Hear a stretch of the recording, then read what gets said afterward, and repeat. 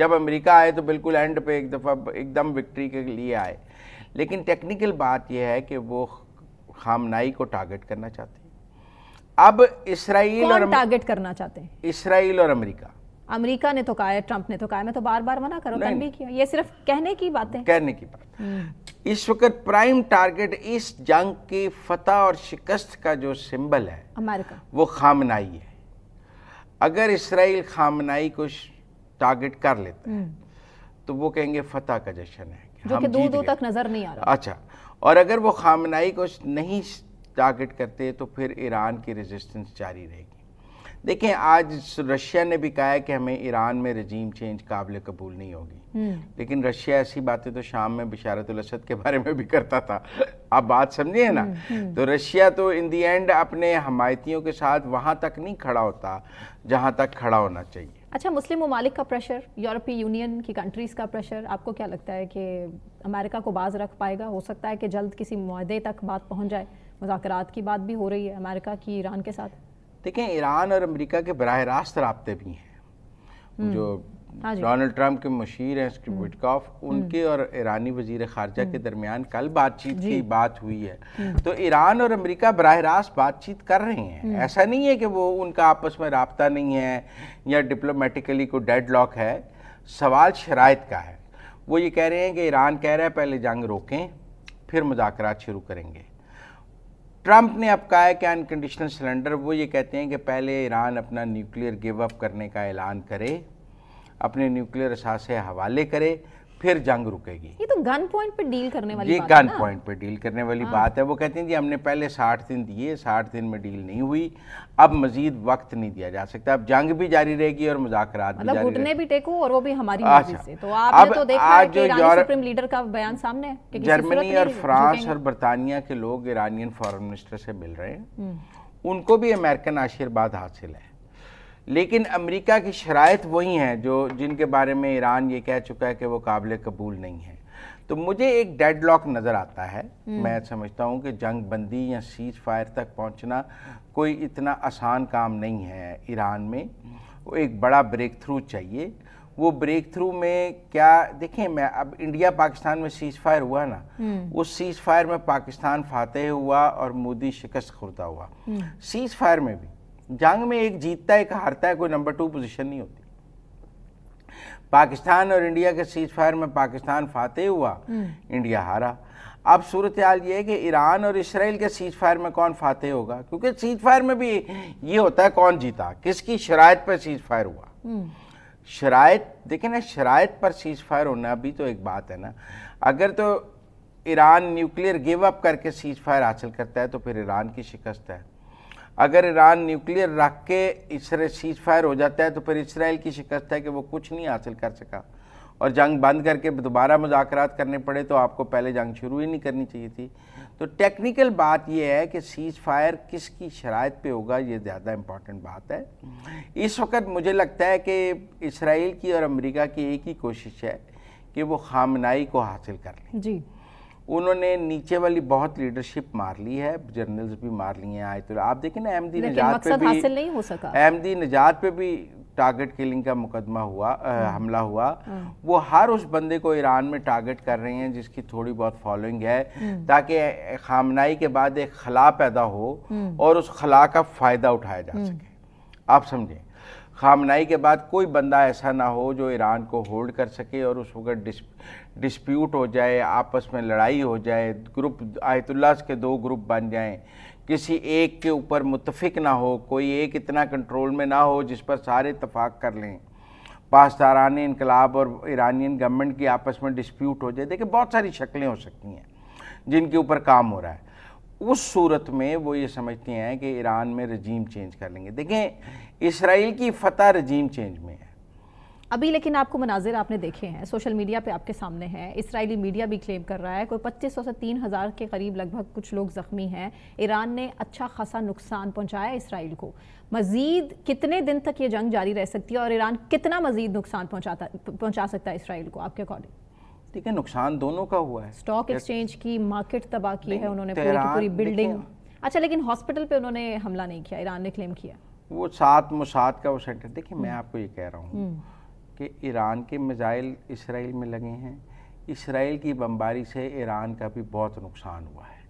ایسا نہیں ہے کہ ایران کا نقصان نہیں ہوا اور صرف اسرائیل کا نقصان ہوا ہے. لیکن پوری دنیا کو تو پتا تھا نا کہ اسرائیل کو تو بال بھی بیکا نہیں کر سکتا، آئرن ڈوم بچائے گا. سب کو پتا تھا میزائل ہے. آپ میری بات سمجھیں، دونوں کا نقصان ہوا ہے. اور اگر آج کمپیریٹیو انالیسس کیا جائے تو اسرائیل کا کم نقصان ہوا ہے، ایران کا زیادہ نقصان ہوا ہے. ایران نے ٹف ٹائم دیا ہے اسرائیل کو.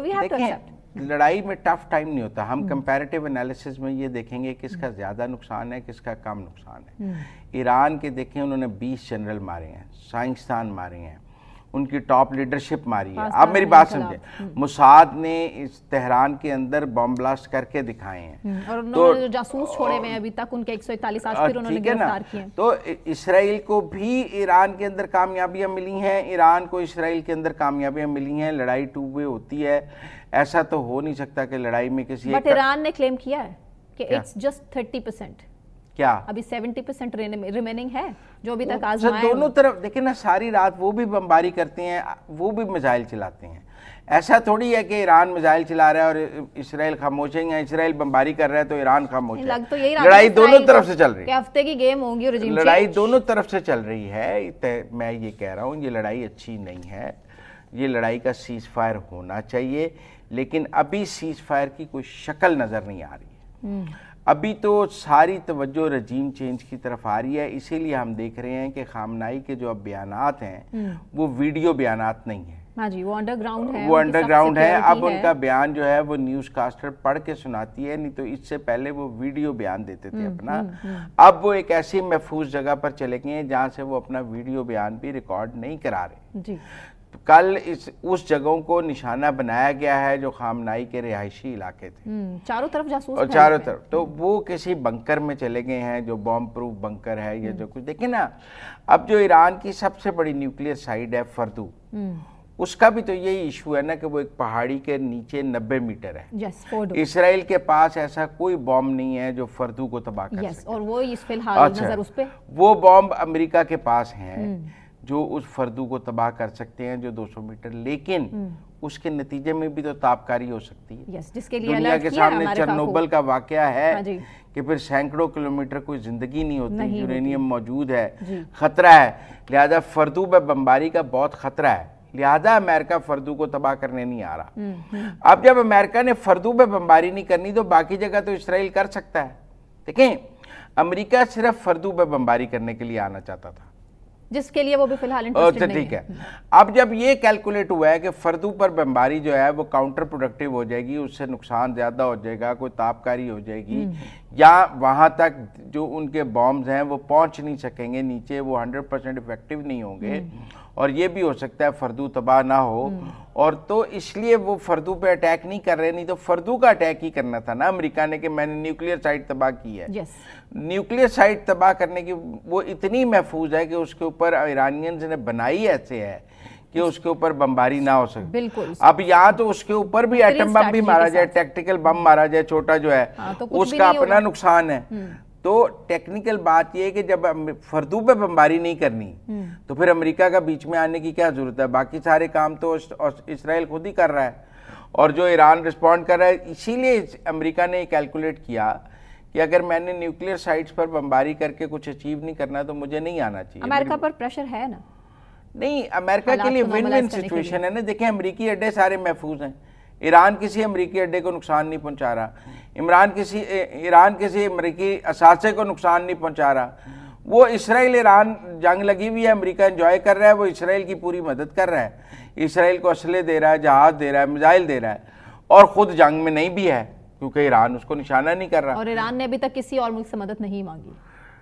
کوئی اور ملک ایران کی مدد کرنے کو تیار بھی نہیں ہے. کون سا مسلم ملک ہے جو ایران کی مدد کرے گا اس موقع پہ امریکہ اور اسرائیل کے مقابلے میں؟ مطلب آپ ایسی بات تو نہ کریں دل توڑنے والی. کسی نے غزہ میں مدد کی ہے بچوں کی، کسی نے بچوں کسی نے غزہ ترکی نے کی ہے. چلو جی، پاکستان کو بڑے لوگ بولتے ہیں، کسی نے کی ہے، ملیشیا نے کی ہے. اتنے لیکن مسلم ممالک کا دباؤ ہے ٹرمپ کے اوپر. کوئی دباؤ نہیں ہے. میں آپ کو اچھا، وہ چاہ رہے ہیں کہ رجیم چینج ہو جائے ایران میں، جو ہو رہا ہے وہ ٹھیک. مجھے ایک بات بتائیں، کوئی 50 مسلم ممالک ہیں، صرف 3 ملک ہیں جنہوں نے اسرائیل کو قبول نہیں کیا ہوا. جی، سعودی عرب، ایران اور پاکستان. باقی سب نے تو اسرائیل کو قبول کیا ہوا ہے. کسی ایک ملک نے اسرائیل کا اضافہ ہونے والا ہے, کسی ایک ملک نے اسرائیل کا سفیر واپس بھیجا ہے؟ ٹھیک ہے, چلیں نہیں بھیجا. بریک لیتے ہیں. بریک سے واپس آنے کے بعد ہم پی ٹی آئی کو ڈسکس کریں گے, ان کے بجٹ کو ڈسکس کریں گے. کے پی میں ہمارے ساتھ رہیے.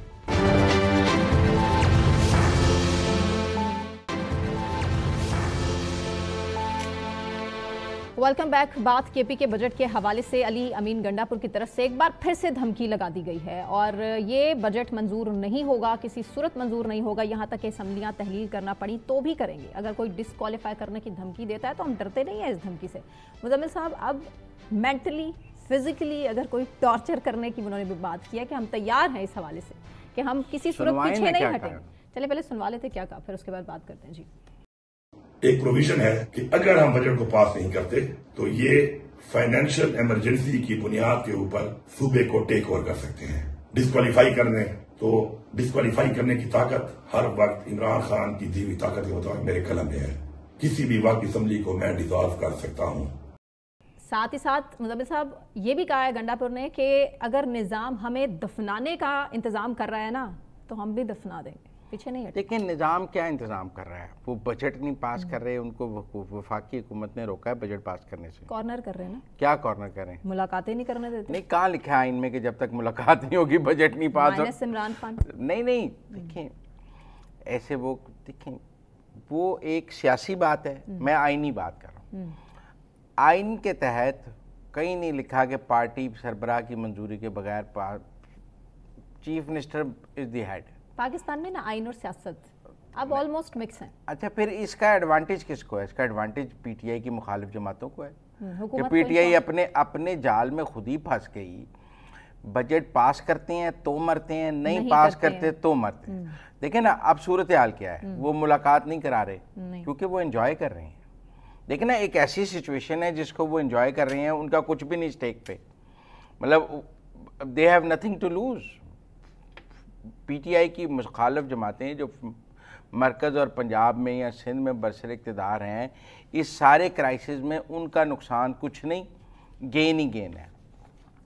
فرض کر لیں گنڈا پور بجٹ پاس کرتا ہے تو کمزور ہو جائے گا, وہ کہیں گے عمران خان کی واضح ہدایات کے باوجود بجٹ پاس ہو گیا. بجٹ پاس نہیں کرتا تو ایک آئینی بحران میں پھنس جائے گا. 1 جولائی کو 1 روپیہ خرچ کرنے کے لیے نہیں ہوگا, ان کی گاڑی میں پٹرول نہیں ڈل سکتا, ملازمین کو تنخواہیں نہیں دی جا سکیں گی, ایک مالی بحران آ جائے گا صوبے میں. اس صورت میں بھی ان کی اپوزیشن جماعتوں کو کوئی پرابلم نہیں ہے. اب صورتحال کیا ہے, وہ کہتے ہیں میں اسمبلی توڑ دوں گا, وہ کہیں گے توڑ دیں, الیکشن کرا لیتے ہیں, 60 دن میں الیکشن کرا لیں گے, اور اب 60 دن میں ہو جائیں گے. مولانا فضل الرحمان صاحب دانت تیز کر کے بیٹھے ہیں اس بار کے پی قبضہ کرنے کے لیے, پیپلز پارٹی دانت تیز کر کے بیٹھی ہے, مسلم لیگ نون ایک حکومت تو ویسے تیار ہے. اور آپ میری جو فلوک 8 فروری کو لگ گیا کے پی میں, اب تو نہیں لگنا.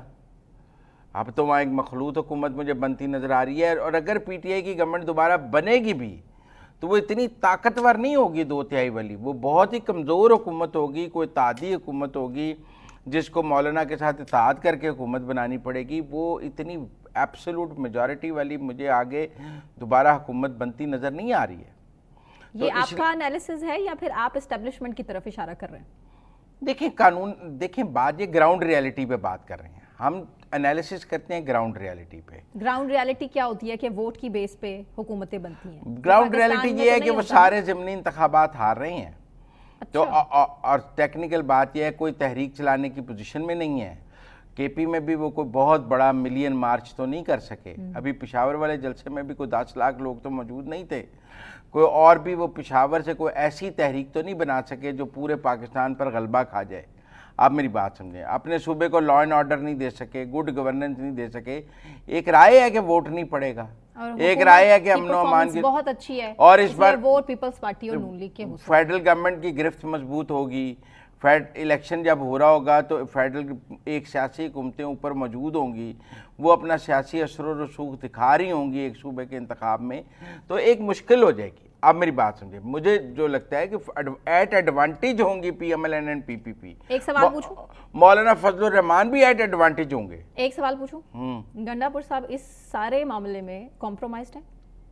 نہیں دیکھیں ابھی بجٹ تو نہیں پاس کر رہے نا, پیش کر دیا انہوں نے, تو یہ دیکھیں تو وہ اپنی حکومت کے لیے حکومت آسان بچانے راہیں کی نکال کوشش رہے ہیں کر نا. رہے ہیں. عمران خان کا تو حکم تھا کہ بجٹ پیش بھی نہیں کرنا, ہم نے پچھلے ویک پیش ہو ڈسکس گیا. کیا, انہوں نے پیش کر دیا. اب آج کٹوتی کی تحریکیں ہیں, انہوں نے منڈے تک پینڈنگ کی ہیں, منڈے کو کیا کریں گے؟ کٹوتی کی تحریکیں آئیں گی, اپوزیشن اپنی کٹوتی کی تحریکیں لے کر آئے گی, ان کو ووٹ ڈالنا پڑے گا. اگر کٹوتی کی تحریکوں پر ووٹنگ شروع ہو گئی تو سمجھیں بجٹ پاس کرنے کا عمل شروع ہو گیا, آپ نے رائے دہی میں حصہ لینا شروع کر دیا. آج آپ نے ووٹنگ کٹوتی کی تحریکیں نہیں چلائیں, منڈے کو چلا لیں گے, منڈے کو نہیں چلائیں, ٹیوزڈے کو چلا لیں گے, ٹیوزڈے کو نہیں چلائیں, ویڈنسڈے کو چلا لیں گے. کہیں نہ کہیں آ کر ایک ڈے آئے گا کہ جب آپ کو بہرحال بجٹ پاس تو کرنا ہے, آپ اس کو پینڈنگ تو نہیں رکھ سکتے. 30 جون کی تاریخ ہے. میرے خیال میں گورنمنٹ سچویشن کو انجوائے کرے گی. گنڈا پور یہ چاہیں گے کہ ان کی جو خدمات ہیں اسٹیبلشمنٹ کو, اور جو وہ سویٹ بوائے کا کردار ادا کرتے ہیں, تو اس کے عوض ان کو ایک بیل آؤٹ پیکج تو اس وقت اسٹیبلشمنٹ سے چاہیے. وہ بیل آؤٹ پیکج یہ ہے کہ ان کی ایک 5 منٹ کی عمران خان سے ملاقات کرا دی جائے, وہ اس ملاقات میں آ کر کہیں کہ میں نے خان سے اپروول لے لی ہے, میری ملاقات ہو گئی ہے, آئیے بجٹ پاس کرتے ہیں. ایک فیس سیونگ چاہیے گنڈا پور کو. اور اس کی اپوزٹ سچویشن ہوتی ہے دن, تو اس لیے اب ٹیکنیکلی جو ہے وہ ایک ملاقات گنڈا پور کو چاہیے اپنی وزارت اعلیٰ بچانے کے لیے. نہیں ہوتی تو جاتی ہے وزارت اعلیٰ. اب گنڈا پور یہ چاہیں گے کہ میں جاؤں تو پھر پوری پی ٹی آئی الیکشن ہی نیا ہو جائے. آپ میری بات سمجھ رہے ہیں؟ اب کیا پی ٹی آئی کے پی کی حکومت کی قربانی دے سکتی ہے؟ عمران خان کو کے پی کی حکومت کا کیا فائدہ ہے؟ وہ جیل میں بیٹھے ہیں, بشرا بی بی جیل میں بیٹھی ہیں. آپ بتائیں عمران خان کو کے پی کی پی ٹی آئی حکومت کا کوئی فائدہ ہے؟ ان کو وزارت اعلیٰ کا بھی کوئی فائدہ ہے. صاف ایک کہا ہے سال کہ اگر نہیں رہتے آپ سی ایم کے پی تو آپ نہ رہیں, کمپرومائز نہ کریں. لیکن کسی صورت یہ تو خان صاحب نے پہلے 1.25 سال ہو گیا یہ کے پی کی حکومت عمران خان کو رہا کرا سکی نہیں, یہ کے پی کی حکومت عمران خان کے لیے کوئی رعایت حاصل کر سکی, اسٹیبلشمنٹ کے ساتھ راہیں ہموار کر سکی نہیں.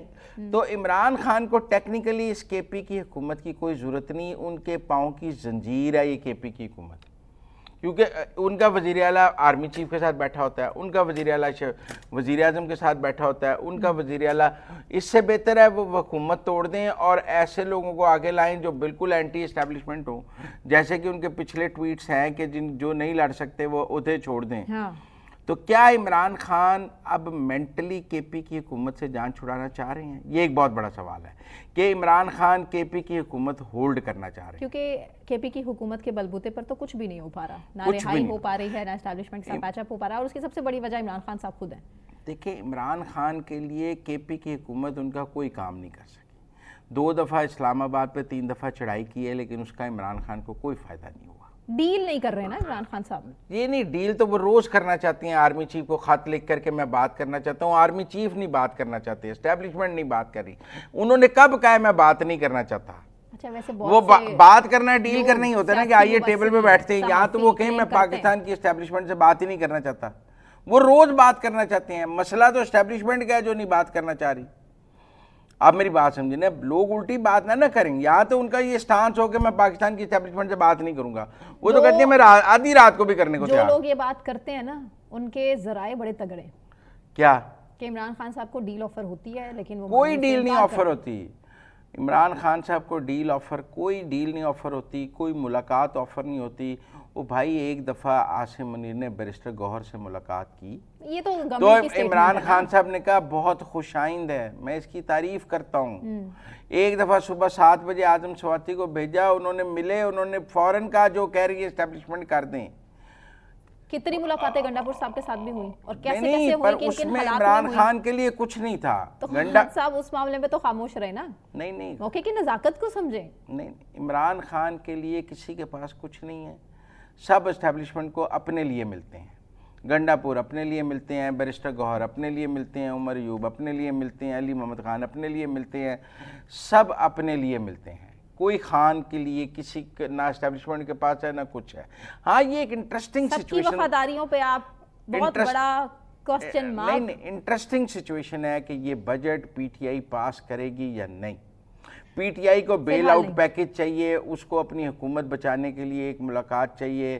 حکومت کا وفاقی حکومت اور پنجاب حکومت کا مسئلہ ہے کہ وہ کہتے ہیں ہمارا کیا ہے, نہیں کراتے 15 دن ملاقات 5 جولائی کو کرا دیں گے, کیا فرق پڑے گا, 2 ہفتے ہی گزارنے ہیں نا, نہیں کراتے ملاقات. چلیں بریک کے بعد اس کو بھی ڈسکس کر لیتے ہیں. آئینی ماہرین جو سر جوڑ کر بیٹھے ہیں اس کا حل کیا نکالتے ہیں اگر کے پی کا بجٹ منظور نہیں ہوتا, اور وفاق کیا اس حوالے سے کرے گی. بریک کے بعد جانیں گے, ہمارے ساتھ رہیں.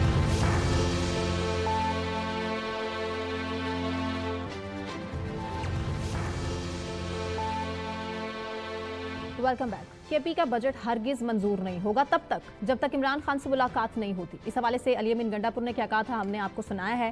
اب صورتحال وفاق کے لیے ہے, کیا وفاق ایمرجنسی صوبے میں لگا سکتا ہے آرٹیکل 234 235 کے تحت؟ اس پر بات کریں گے. ماہر قانون ہیں جسٹس ریٹائرڈ شائق عثمانی صاحب نے ہمیں جوائن کیا ہے. Sir thank you so much for joining us. السلام علیکم سر, کیا حال ہے؟ جی ویری گڈ, تھینک یو.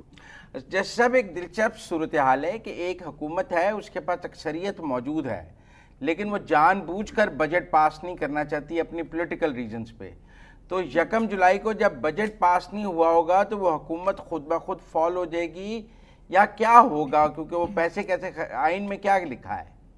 دیکھیے آئین میں تو یہ ہے کہ جب تک کہ اینول بجٹ پاس نہیں ہوتا اس وقت تک جو ایکسپینڈیچر ہے اور جو ریسیٹس ہیں اس کا حساب کتاب نہیں ہو سکتا. تو اگر ایکسپینڈیچر اور ریسیٹ کا حساب کتاب نہیں ہو سکتا تو جب 30 جون کو پھر اس کے بعد اس کے پاس کوئی پاورز نہیں رہتی کہ وہ کوئی خرچ کر سکے یا کوئی جو پیسے کے لحاظ سے اس کی کوئی پاور نہیں رہتی, تو وہ آٹومیٹکلی وہ حکومت فیل ہو جاتی ہے, ختم ہو جاتی ہے. نہیں, حکومت تو اب وہ کہیں گے جی گورنر اعتماد کے ووٹ کا کہے گا, ان کے پاس ووٹ پورے ہیں, وہ اعتماد کا ووٹ فوراً لے لیں گے. عدم اعتماد آ نہیں سکتی تو وزیر اعلیٰ تو رہیں گے نا, فائنینشیل پاورز کے بغیر رہیں گے تو صحیح نہیں, لیکن وہ ان کے پاس کوئی پاور نہیں ہوگی, کوئی وہ کچھ خرچ نہیں کر سکیں گے جب تک کہ بجٹ نہیں پاس ہو. اور یہ ووٹ آف اکاؤنٹ کیا چیز ہے کہ جی اگر وہ بجٹ نہ پاس کریں تو ووٹ آف اکاؤنٹ کر لیں؟ 83 ووٹ آف کانفیڈنس تو گورنر کہہ سکتا ہے کہ آپ ووٹ آف کانفیڈنس دیں, نہیں ووٹ لیکن آن آپ اکاؤنٹ فرمایا کہ ووٹ آف کانفیڈنس تو نیچرلی میجورٹی ہے ان کی, تو ان کو ووٹ آف کانفیڈنس سے مل جائے گا, لیکن اس ووٹ آف کانفیڈنس ملنے کے بع بھی وہ حکومت تو نہیں چلا سکیں گے. نہیں میں خرچ نہیں کر سکیں گے. میں آئین کے آرٹیکل 83 کے تحت کوئی vote of account vote on account ہے. اگر بجٹ 30 جون تک منظور نہیں ہوتا تو آپ آئین کے آرٹیکل 83 کے تحت ووٹ آن اکاؤنٹ کی اجازت دیتے ہیں. وہ کوئی انٹرم بجٹ ٹائپ ہے وہ آپ پاس کر سکتے ہیں, لیکن وہ مکمل بجٹ نہیں ہوگا. جی بالکل صحیح ہے, مکمل نہیں ہوگا, یعنی اس کے پاس پاورز نہیں ہوں گی اپنے پروونس کو چلانے کی. لیکن تھوڑا بہت خرچہ تو انٹرم بجٹ کا جتنا وہ اپروو کرا لے گا وہ خرچہ تو وہ کر ہی سکے گا نا. لیکن اس سے حکومت تو نہیں چلے گی نا ان کی. اچھا, تو وفاق میکسیمم کس آپشن کو, لیکن کوئی آپ کو یاد ہے کسی حکومت نے بجٹ نہ پاس کیا ہو اور وہ فال ہو گئی ہو؟ ابھی تک تو ایسی سچویشن نہیں ہوئی ہے, چونکہ ہر ایک حکومت چاہتی یہی ہے کہ کسی نہ کسی طریقے سے بجٹ پاس ہو جائے 30 جون تک, ورنہ پھر وہ حکومت ہی نہیں رہے گی. اگر وہ فیڈرل گورنمنٹ وہ نیشنل اسمبلی میں بجٹ ہوتا ہے, اگر وہ پاس نہیں ہوتا تو حکومت فوراً گر جاتی اور آگے نہیں چل سکتی. تو کوئی حکومت نہیں چل سکتی جب تک کہ وہ ریونیو ریسیو نہ کر سکے اور خرچ نہ کر سکے. بات ہی کچھ نہیں کر سکتے, فائدہ کیا ہے, حکومت نہیں چل سکے گی. پھر آپ کو کیا راستہ نظر آتا ہے کہ وہ بجٹ بھی نہ پاس کریں اور حکومت بھی قائم رکھیں؟ اس کا کوئی راستہ موجود ہے؟ اب جیسا آپ نے آرٹیکل 83 کا ذکر کیا صحیح ہے, وہ تو چلا تو سکتے ہیں, حکومت تو چل رہے گی, لیکن وہ خرچہ جو ہوتا ہے حکومت کے وہ نہیں پورا ہوگا, وہ حکومت آگے نہیں بڑھے گی, چلے گی. اس کا ان کو کیا فائدہ ہوگا تحریک انصاف کو, اگر وہ ایسے کسی ڈیڈ لاک میں آتے ہیں, انہیں فائدہ ہوگا یا ان کے سیاسی مخالفین کو فائدہ ہوگا؟ سیاسی مخالفین کو فائدہ ہوگا, کیونکہ اس کے بعد فوراً جو ہے وہ موومنٹ شروع ہو جائے گی کسی نہ کسی طریقے سے اس حکومت کو ہٹایا جائے. اچھا, نہیں آپ یہ بھی آپ سمجھتے ہیں کہ اگر وہ بجٹ پاس نہیں کریں گے تو پھر فیڈرل بجٹ پہ بھی اس کا اثر پڑے گا, آئی ایم ایف کے ڈیل پہ بھی اثر پڑے گا, یا صرف کے پی کی حد تک یہ کرائسس ہوگا؟ نہیں, یہ کرائسس صرف کے پی کے حد تک رہے گا. جو فیڈرل گورنمنٹ کا بجٹ تو 30 جون کو پاس ہو جائے گا, حالانکہ کچھ پرابلمز ہو رہے ہیں ان کو پیپلز پارٹی کے ساتھ, لیکن وہ پاس ہو جائے گا. جب پاس ہو جائے گا تو فیڈرل گورنمنٹ تو کر سکے گی, اور جو ایلوکیشن ہے